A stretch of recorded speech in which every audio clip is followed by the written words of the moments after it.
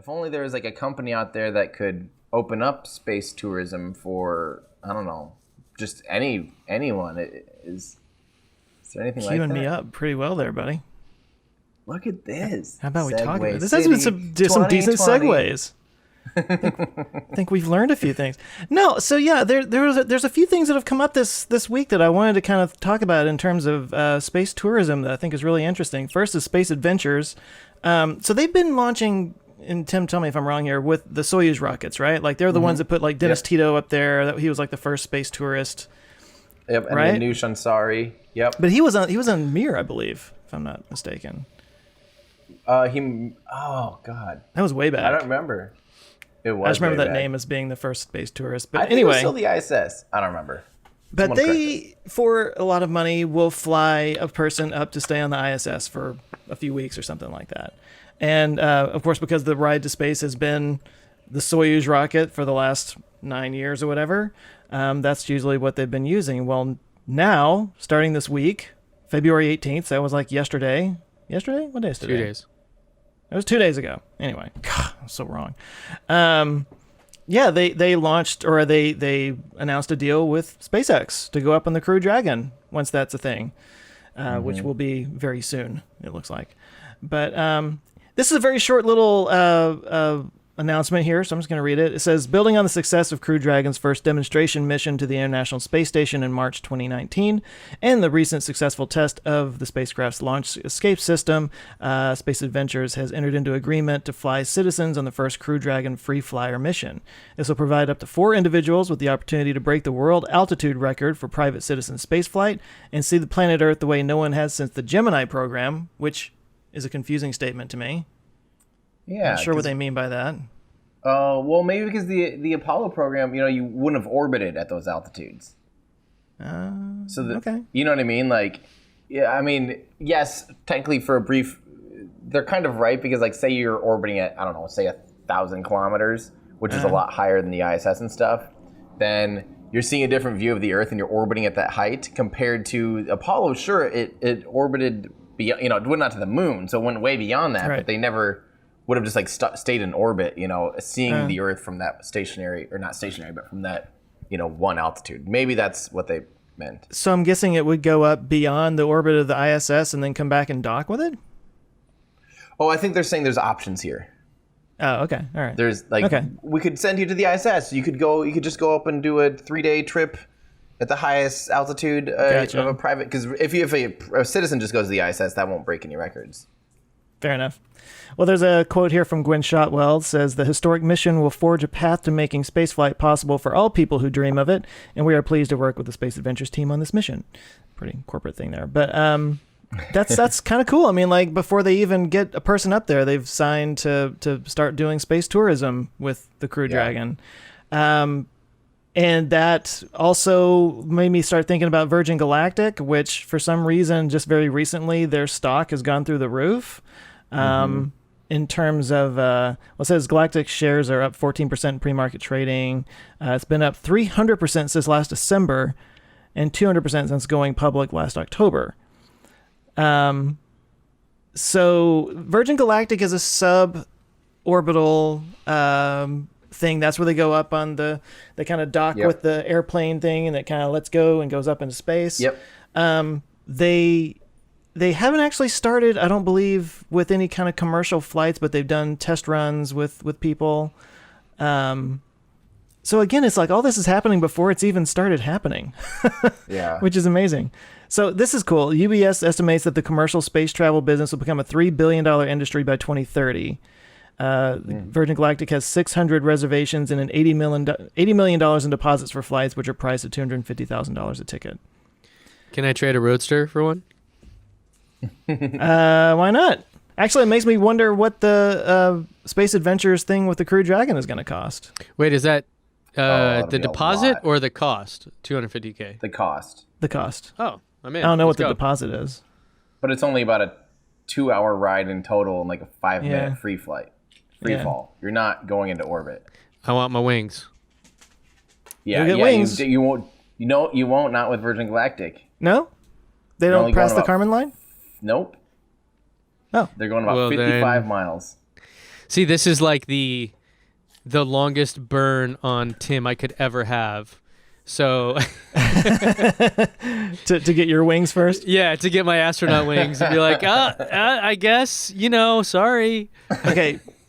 We're gonna have to continue this podcast for a really long time because we could record an OLF Oh yes. in space. Oh god. Sponsored by. Yeah. Seriously. This is where we start to pimp our Patreon to make that possible. He'll put that as a goal.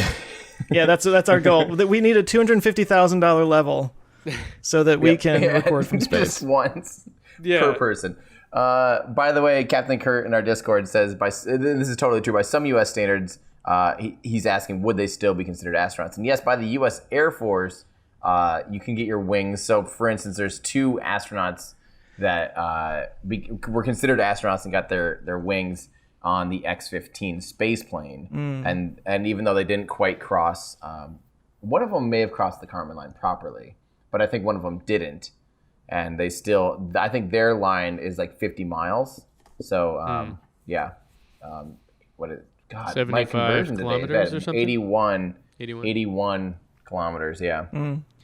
I think, or it might be 55 and 90 something or whatever, but yeah. Well, it's interesting to me because it's something that's kind of been talked about for a really long time. There is a bit of an infrastructure being built up around it, like the spaceship, Spaceport America out in New Mexico. That's where Virgin Galactic is going to launch people from.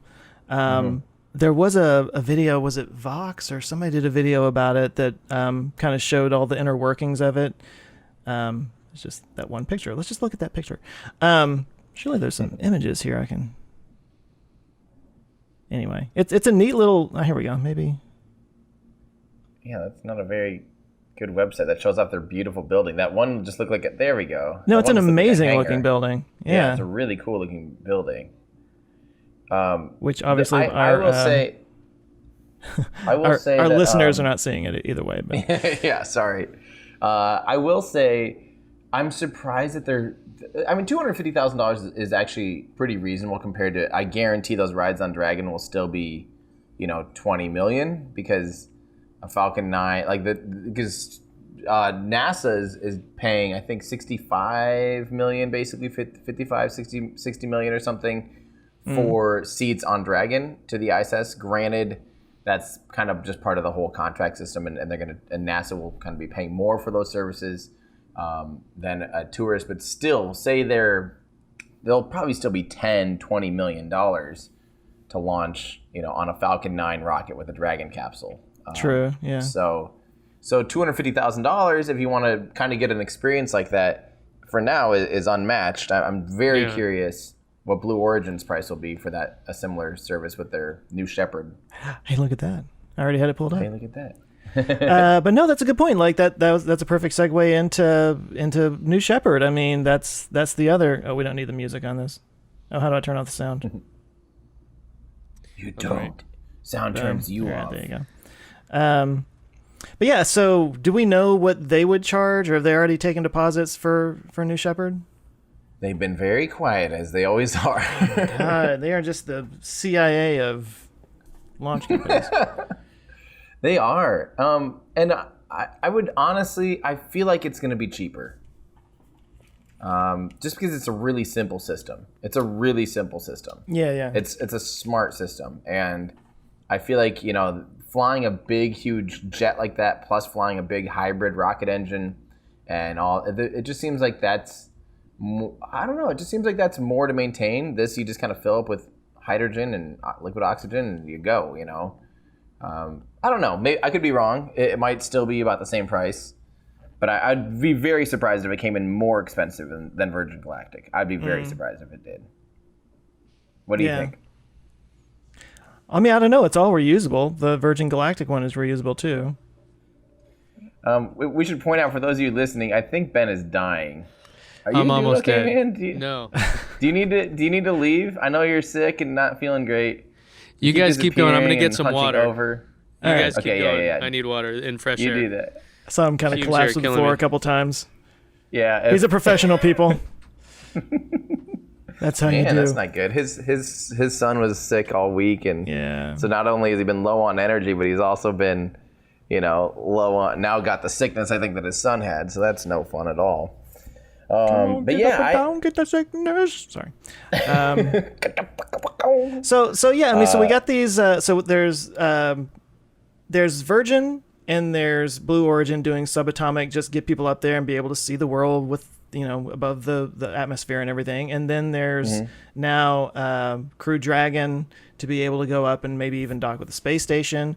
Or should this ever start to happen? Well, I wasn't able to pull up maybe just some images, but Bigelow Aerospace doing these. What is that? The B330. They want to put up a space hotel. There's that Axiom company, I think, down in Houston. Axiom, that's what I was thinking. Yeah, I was actually just thinking about that. Axiom is working on basically the same type of thing as Bigelow. Bigelow, I'm a little worried about. They haven't had a great year, and I'm not really finding much on what their plans are now that they kind of laid off everybody, and kind of seems like they might have hit some troubles. Yeah, well, I talked about that not a few weeks ago, but they like right after that, there was a statement that they put out saying that they were going to move ahead with their own thing, their own space hotel. I don't know how they're going to do it without a crew, but anyway, that is a bummer. I wanted to see Bigelow succeed at that, and for sure, they've got some really cool prototypes, and they're really far along with the development of those systems. So it's really a shame to not see it get played out when you're that far along. They've been around for a long time too. Yeah, and I've had the idea for a video recently. I'll kind of spoil it here, I guess, but I like the idea of exploring what it does to a person to be able to see the Earth from space. Like what that does to your mindset. Like you always hear, especially Apollo astronauts, talking about being able to see the Earth from that distance, from the moon. It's just like all the borders go away. All the little BS that we're all fighting about all the time just goes away. It's just this marble hanging in space, fragile, and I think it would be good for more people to be able to experience that, Ben and I are definitely thinking the same thing right now. Yep. You're thinking about the Garrett Reisman interview, aren't you? Yep. Is he talking about that too? Let's not spoil it. But definitely, you got to hear his first time. It's hilarious. It's great. First time seeing Earth from space, to be clear. Yeah. I think that's that was a really good moment. That's when I'm like, okay, I really like this guy. He's just like so funny. So yeah, another plug to listen to that interview because it's really good. Joe Rogan. Let's just play the whole thing here for the next 3 hours. Right. And we just listen. I wouldn't get any copyright problems. Yeah. Do you think this will be the year that we finally do see one of the space tourism companies actually fly a paying customer? I still don't know why New Shepard hasn't done it yet. It's like, what else do you need to test? I don't know why either of them haven't done it yet. What else do you need to test? Yeah. Well, no, so Virgin hit a snag a lot. Then they have a crash several years ago, and some people died. 5 years ago now, or they're gonna let's just keep testing for 50 years until we hit a snag, and they'll be like, oh, sorry. Yeah. Cost plus contract. Yeah. Hey, thanks for checking us out, guys. I hope you enjoyed this clip from our podcast. We do a weekly show here on YouTube, so make sure to subscribe to Our Ludicrous Future, where we discuss all the things that are going to make our future totally ludicrous. You can join us here on YouTube or at any of your favorite podcast places. Plus, if you want to get some behind-the-scenes stuff and join a cool community, you can help support the channel at patreon.com. Thanks a lot. Thanks, guys.